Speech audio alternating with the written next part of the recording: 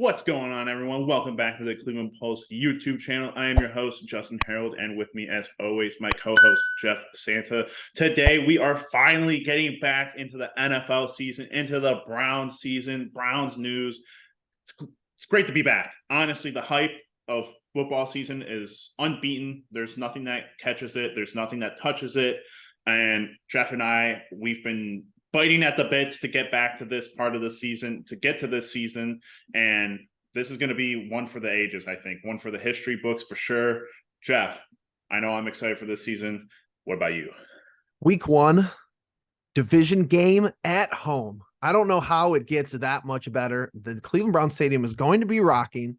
We always show up for the Bengals. We played them good historically, especially in the Kevin Stefanski era. They're always two of my personal favorite games on the schedule. Obviously, you like playing everybody in the division. That much is certain, but a true test out of the gate. We know that the Cincinnati roster is not, in total revamp mode. We know they've been competent for the past couple of seasons, ever since drafting Joe Burrow and then eventually Jamar Chase. I think it's one of the premier matchups in the AFC as far as position groups. Cincinnati's wide receivers are, defensive backs. Yep. And you got two, hopefully good quarterbacks that'll have good performances in week 1. I cannot wait personally. It's a surprise that this game isn't a primetime game or a 425 game or some better slotted game. But as Jeff and I were talking about before we even started, the first game that started off, Kansas City versus Detroit Lions, that's a weird matchup. But hey, it is what it is. Like Jeff was saying, though, a lot of great positional group battles to be talking about here. I mean, Jeff started it off quarterbacks, but we have running backs too. They can go 1-for-1. Joe Mixon and Nick Chubb. Yep. Those are great comps. Our wide receivers aren't any slouches either. It's going to be interesting to see how our three, for the first time, go with Deshaun Watson, Amari Cooper, Elijah Moore, DPJ, and Njoku. We're going to see if he finally lives up to the contract that he was given. Yep. And on the opposite side, the Bengals, we've talked about it. Joe Burrow, Joe Mixon, T. Higgins, Tyler Boyd, and Chase. And they also went out and signed the tight end from Minnesota, Irv Smith. So, again, when we talk offenses, these are the two of the highest, named offenses in the league, I think, on paper, when you're just looking at it from that perspective. But Jeff, when you look at the positional groups, who has an edge offensively? They're all very close. I think that somewhere in the middle, though, you can give edges to one or the other. Well, I think it's interesting because this is a good, I just like seeing tests across the board, players and even coaches. I think that we've seen what we've seen from Jim Schwartz. We like what we've seen from Andrew Berry making the moves defensively in the offseason. Now it has to come together, though, because to play retrospective, to compare to last year and prior seasons, we have pretty much had our way with the offense of Cincinnati. We played well defensively against them. And honestly, to bring up our old buddy Joe Woods, probably the best offense he schemed for the whole time he was here, with some other rare exceptions. But right. Jim Schwartz, how he approaches this defensively, there's just too many interesting storylines. How are we going to, distribute the offensive play calling? Are we going to be run heavy? Are we going to be pass heavy? How is the defense going to look from previous matchups against Cincinnati to now? Are we going to rush? Are we going to blitz a lot of Joe Burrow? Are we going to let our defensive backs try to hold down the fort one-on-one? Are we not going to care about giving up, big 30, 40-yard chunk plays to their good wide receivers, Higgins, Chase, etc.? So I think that every snap, there's just going to be somebody different to watch, some, different developing storyline. How is Myles Garrett going to, fare with having Zadarius Smith, another competent edge out there? Will the double teams be less evident? I don't know if there's a storyline that I don't like in this game. It's actually unbelievable. Yeah, and if you try to simplify it, you really can't, because Jeff, even in that spiel that you had, you were talking about the corners going up against their wide receivers. Well, hey, if we want to try doing man coverage, which wasn't something we did a lot of with Joe Woods, then hey, maybe we give them that test of, hey, how long can you lock down their wide receivers so guys like Miles and Zadarius can get to the quarterback. In football, we always were taught that it's a 3-second count for, getting to the quarterback. If you're not there by 3 seconds, then the ball's out of the hand. And 3 seconds is more than enough time for a guy like Miles. We've watched it. He gets to the quarterback in less than 3, no problem. But again, to Jeff's point, way too many storylines. I think the very interesting, story is, more than anything, the defense, how it will play with the new additions. Obviously, Tomlinson, Zadarius, Thornhill, and then obviously implementing Jim Schwartz's new playbook. There's going to be a lot to view on the defensive side. Now, when we go and talk about our offense, obviously a full offseason with Deshaun Watson and his new wide receiver group. And, obviously trying to take with that, I think you look at the defense for the Bengals. Yeah, they got some guys over there. I think they went and addressed more last year on their defense, but still nice matchups. But I think more than anything, it'll be talking about the Bengals offense and the Browns defense and how those two went at each other. Yeah, I mean, I think that just makes the most sense, honestly. They have the more established, marketable offense, obviously, with, they've been to the Super Bowl. Yeah, with the connections they've developed. But, I mean, we know their defensive line is serviceable. I don't, do they have anyone extremely special, behind that? They have solid players, I feel like, Logan everywhere. Wilson. I mean, Mike Hilton is serviceable, obviously, on the better side of good.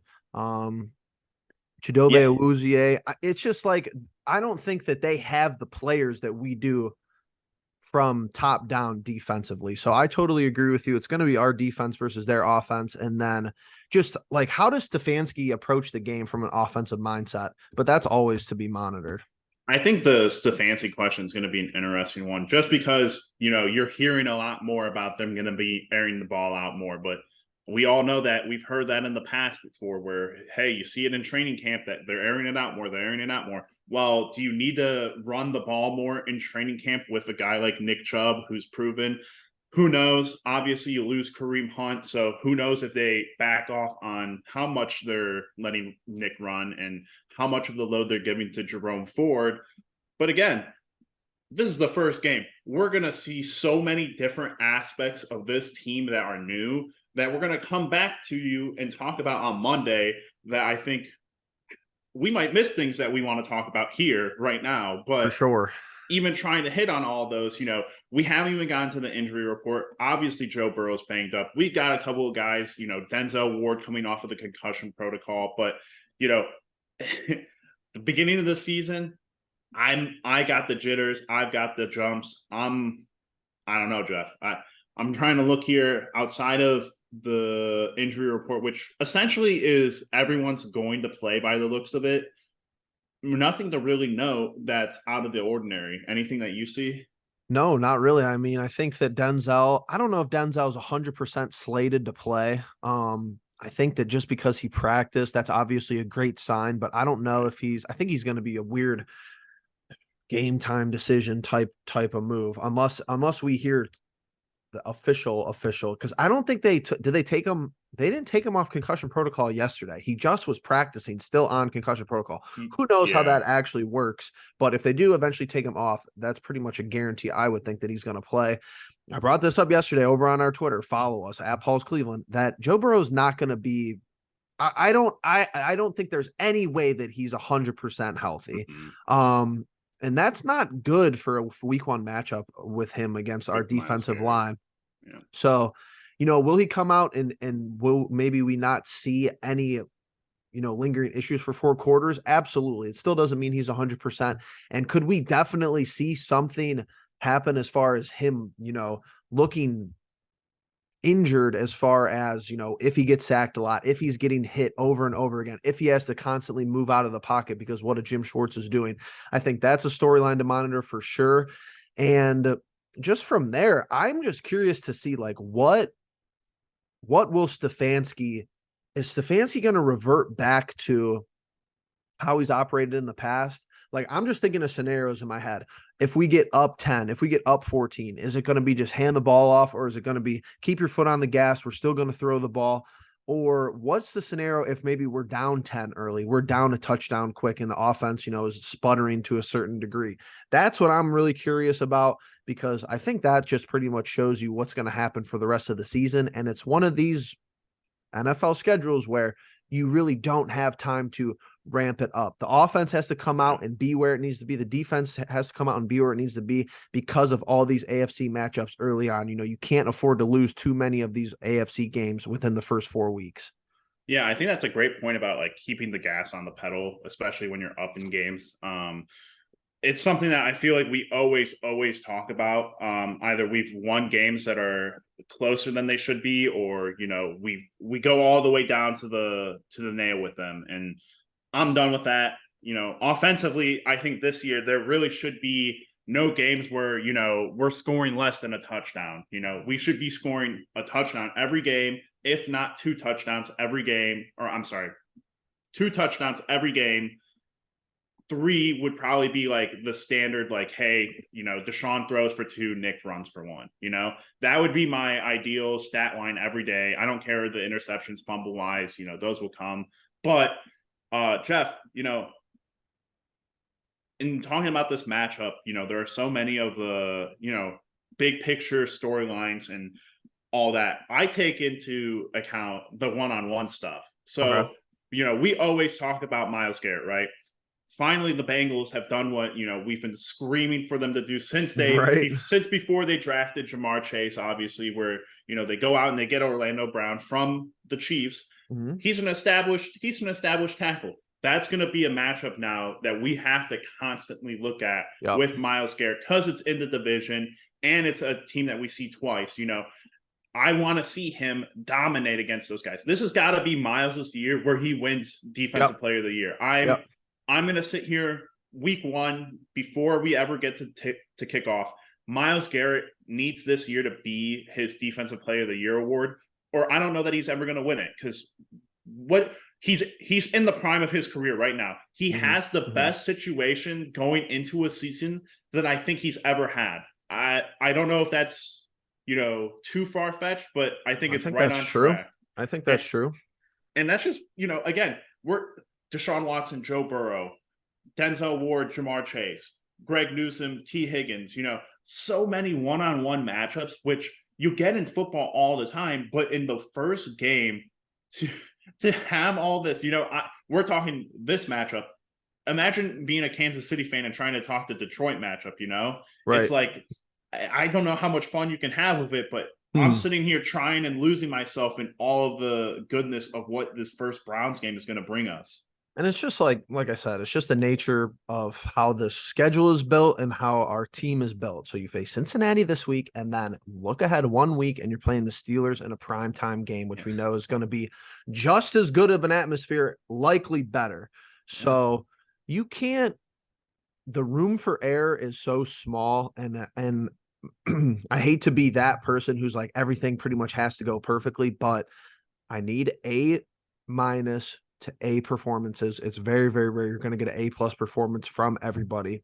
And from what it sounds like from your perspective, Justin, Myles Garrett is your player to watch. Would you say that that's true? 100%. I mean, we're into the season now where Myles is the highest paid player outside of Deshaun Watson.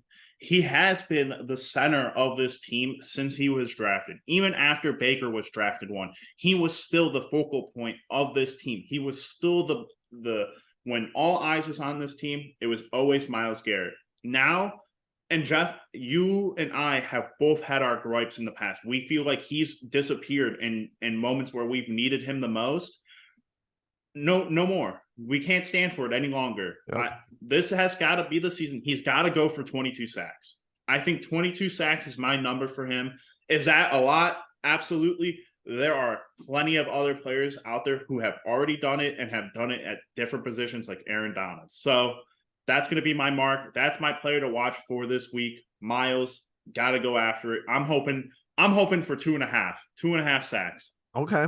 And I think that what's different, is this our third season? Is this our fourth season? I think fourth season. Because so I think every season besides up until this one, Me and you Two Baker seasons, a last Brissett year and season, this year. Deshaun Okay, season. okay, this is That's crazy. how we do it. That's how you Okay, market with the Browns. that's fair. That's fair. But I think you're going to come on here every week, and if you come back to watch the shows, not that it's going to be repetitive, but you're going to get the same message from the both of us. Expectations have never been higher. The last 3 years, you've pretty much been playing with what I like to call house money. Was there expectations? Not really, and that's how a lot of led to the success in 2020. Last year, kind of a throwaway year, which was everybody came to terms with, unfortunately, with how everything shaped up. This year, everyone's expectations are top ceiling, and heads are going to roll if stuff doesn't happen in the way that it really should. I think that that's something we need to get out of the way now.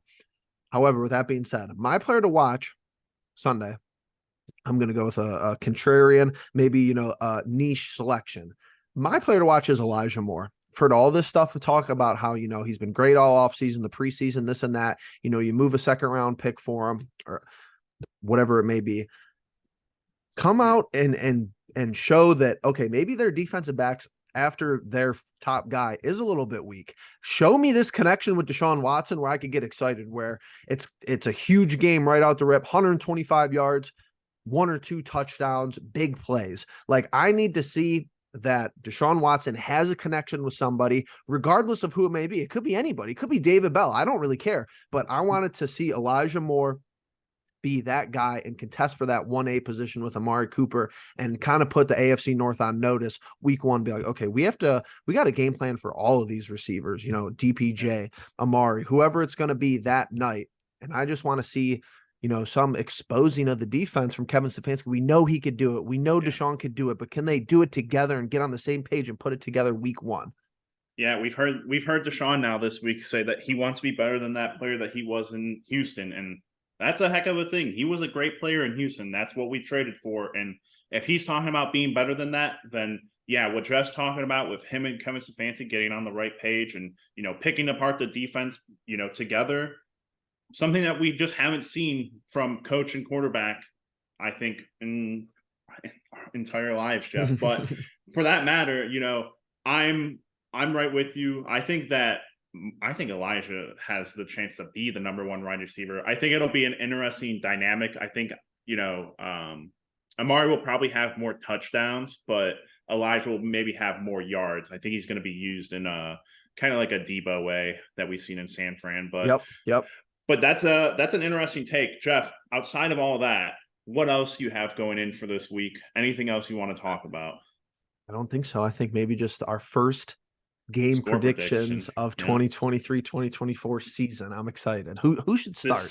This is a tough one because Lord knows every time we play the Bengals, something about me wants to give them the benefit of the doubt and say that they're going to, put up the offensive prowess that they have and, put up 3 to 4 touchdowns. But it would just be the most shocking and most unlike, there's been a lot of talk about in the media about like covering the Browns and stuff. And yes, we all know about that. We've been talking about it for way longer than most people. But when you get into it, people really have doubted the Browns for a good amount of time for the past couple of years for good reason. Yep.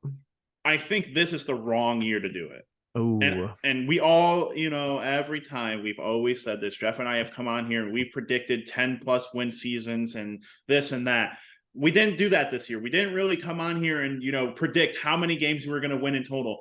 But when I tell you that when we go by these game by game predictions this year, I am very much about the fact that people have very much put us in the doghouse. And they're going to be very unhappy when we shock them and we come out and we blow the Bengals away. I'm going to go with a 34-10 win.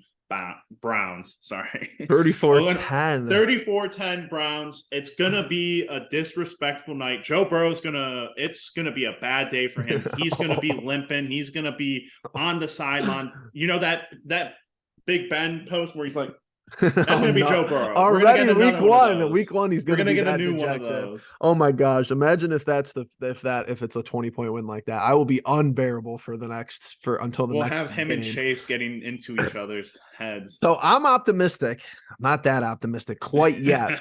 But I'll tell you, and I'm glad that we don't have the same thing because, many weeks we come on here and it's very similar score. We think a lot alike when it comes to these predictions because honestly, we know the Browns and we always try to keep it close because we know that there's a lot of room for nonsense and there has been in the past. Not this year, not Week this year. one nonsense. I'll go 27-17 Browns, and it's a 10-point win, but it's competitive. I think it's competitive into the fourth quarter. I think that maybe we're up a score a lot of the second half, 24-17. We kick a field goal just to give us that 10-point cushion. Yeah. And then the defense shows out in the second half, though. Maybe it's a little rocky start. Maybe they score 10, 14 points in the first half, but the defense puts it together. Make the halftime adjustments that you need to make. If it's 14-3 at half, if it's 14-7 at half, I want to see Stefanski and Jim Schwartz be like, okay, this is what didn't work. This is what did work. Keep this over here and change all of this and just out-compete and out-coach the other team in the second half and really win your games where it matters. Third quarter, fourth quarter, turnovers in big spots, big plays when you need it, 3rd and 12s, 3rd and 9s. We see all these other teams do it against us. We see these elite coaches, always seem to pull the rabbit out of the hat when they have to most against the Browns, in infamous ways that we are not going to rehash. However, I think it's going to be a good game, competitive week 1 start. And that just makes sense for me for the AFC North. We know how it goes.